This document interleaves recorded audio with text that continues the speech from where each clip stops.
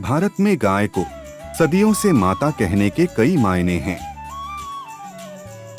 वे आर्य सभ्यता की एक अभिन्न सहचर रही हैं।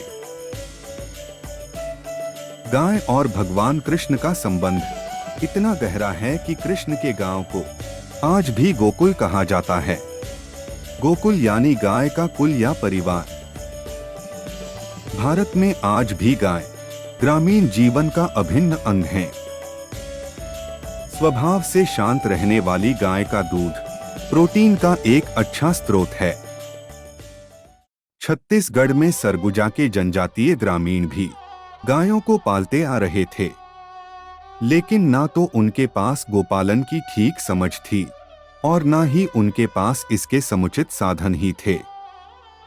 परसा के 365 परिवारों में से 270 आदिवासी परिवारों के पास गाय के साथ अन्य मवेशी भी हैं, लेकिन उनकी समुचित देखभाल के अभाव में ना तो गायें अच्छा दूध दे पाती थीं और ना ही बाकी मवेशी खेती किसानी में ज्यादा काम आ पाते थे। गांव में पशु चिकित्सा के अभाव में गायों की असमय मौत हो जाती थी। इस तरह ग्रामीणों के जीवन का यह बड़ा सहारा भी कमजोर पड़ता जा रहा था।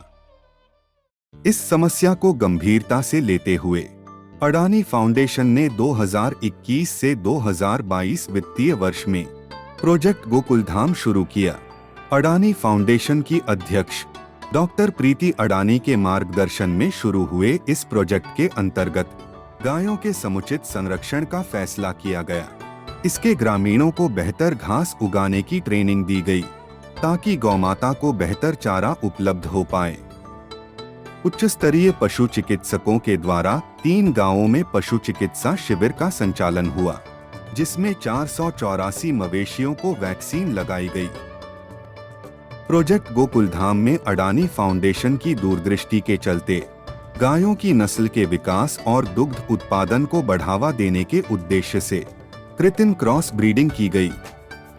यही नहीं, इस क्षेत्र की महिलाओं ने अडानी फाउंडेशन के सहयोग से स्वयंसेवी समूह बनाकर डेयरी उद्योग शुरू किया, जिसने उनकी आर्थिक स्थिति सुदृढ़ हुई।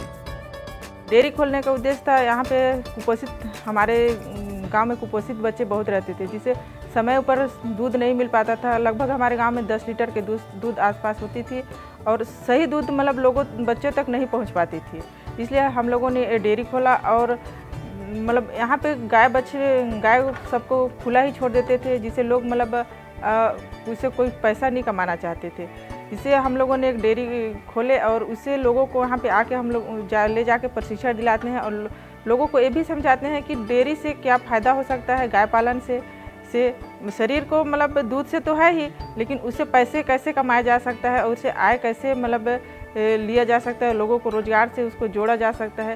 ये सब के बारे में हम लोगों ने लोगों को वहाँ पे ले जाके प्रशिक्षण भी देते हैं और समझाते हैं। कुछ ही समय पहले शुरू किए गए इस प्रोजेक्ट ने असर दिखाना शुरू किया।